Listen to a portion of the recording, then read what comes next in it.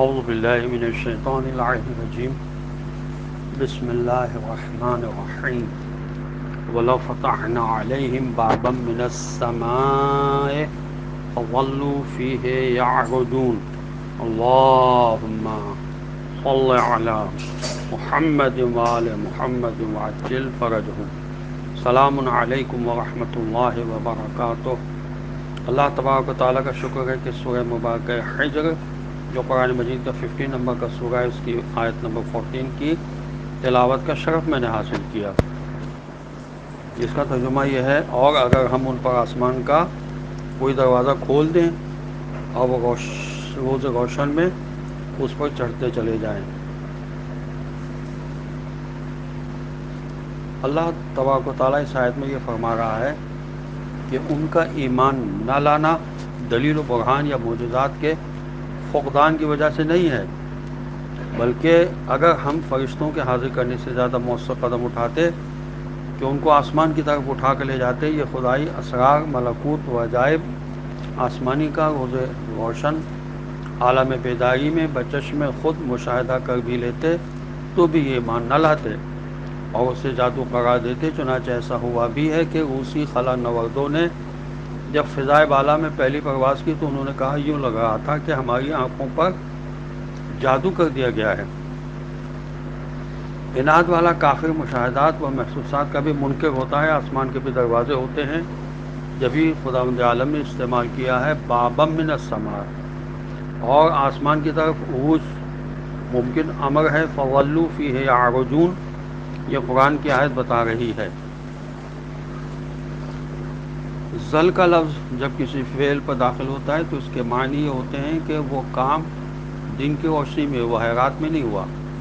اب اس آیت کے معنی یہ ہوں گے، یہ تفسیر روح البیان میں لکھا ہے کہ اگر ملائکہ ان کافروں کو دن کی واضح روشنی میں بھی آسمان کو لے جائیں اور وہ لوگ آسمان کی لہجابات صاف صاف دیکھ لیں تب بھی ماننے والے نہیں ہیں۔ معلوم ہوا کہ جب تک انسان اپنے اندر طلب حق اور تلاش حق کی لگن پیدا نہ کرے، اس وقت تک کوئی معجزہ، کوئی دلیل اس کو حق کی طرف متوجہ نہیں کر سکتی۔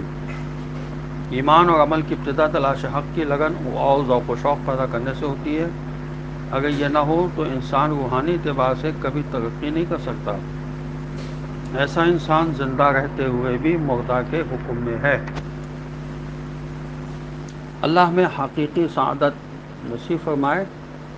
مولا علی علیہ السلام فرماتے ہیں، بحر الانوار کی جلد 71 صفحہ 364 پر یہ حدیث ہے کہ حقیقی سعادت یہ ہے کہ انسان کا عمل سعادت پر ختم ہو، اور حقیقی بدبختی یہ ہے کہ اس کا عمل شقاوت پہ ختم ہو۔ حضرت علی علیہ السلام فرماتے ہیں کہ اللہ تعالیٰ کے حضور پیش ہوتے وقت نیک بختی و بدبختی واضح ہو جائے گی۔ مولا کا مزید ارشاد ہے کہ قانع اور غذا پر راضی رہنا انسان کی سعادت ہے۔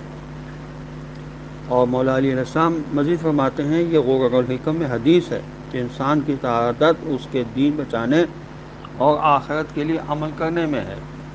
اس لیے انسان کو دین پر عمل کرنا چاہیے ہے، اپنے عمل پر دین کا ٹپا نہیں لگانا چاہیے۔ اگر ہم نے طے کر لیا ہے کہ ہم نے دینی راہوں پر ہی چلنا ہے، دینی اہداف کو لے کر چلنا ہے، دینی روشوں پر چلنا ہے، دینی طریقہ کار اپنانا ہے، تو اس کے لیے پہلے قدم پر بیداری و آگاہی کی ضرورت ہے۔ آگاہی کے بغیر کوئی راستہ طے نہیں ہوتا۔ بیداری سے مراد شعور ہے، علم نہیں ہے، معلومات نہیں ہے۔ بیداری سے یہ بھی مراد نہیں کہ آپ کو بہت ساری معلومات دے دی جائیں، انفارمیشنز کو بیداری نہیں کہتے، یہ نالج ہے، لیکن یہ بیداری نہیں۔ بس اوقات ہوتا ہے کہ بہت سارے ایسے لوگ ہیں جنہوں نے علم تو حاصل کر لیا ہے لیکن ان کے اندر شعور نہیں ہے۔ البتہ یہ بات الگ ہے کہ اگر کوئی ڈگری لے لیتا ہے تو وہ سمجھتا ہے کہ مجھ میں عقل بھی آ گئی ہے، علم بھی آ گیا ہے، شعور بھی آ گیا ہے، مجھ میں سب چیزیں آ گئی ہیں۔ اس کاغذی ڈگری کے اندر سب کچھ موجود ہے، جبکہ آپ نے ڈگری تو لی ہے لیکن آپ کے اندر ابھی علم نہیں آیا، صرف کاغذ ملا ہے۔ بس جعلی ڈگری ہو، اگر اصلی بھی لیں تو بھی ایسا ہی ہے، چونکہ ہمارا نظام تعلیم ناقص ہے۔ ڈگریاں دیتا ہے اور جاب دلاتا ہے، اس سے کاذب شخصیت پیدا کرتا ہے، حقیقی شخصیت پیدا نہیں کر سکتا۔ یہ نظام تعلیم بہت ناقص ہے۔ دونوں شعبے ایسے ہی ہیں، سیکولر بھی اور دینی بھی۔ تعلیم کے دونوں شعبے انتہائی ناقص ہیں۔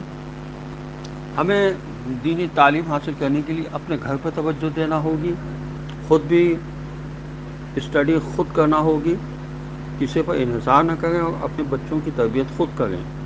یہ نہ سوچیں کہ اسکول میں ان کی تربیت ہو گئی ہے، مدرسے میں ان کی تربیت ہو گئی ہے. ٹھیک ہے ان کو بھیجیں، لیکن ہوم ورک ان کا گھر پہ ضرور کرائیں اور ان کو خود بھی وقت دیں. السلام علیکم ورحمۃ اللہ وبرکاتہ.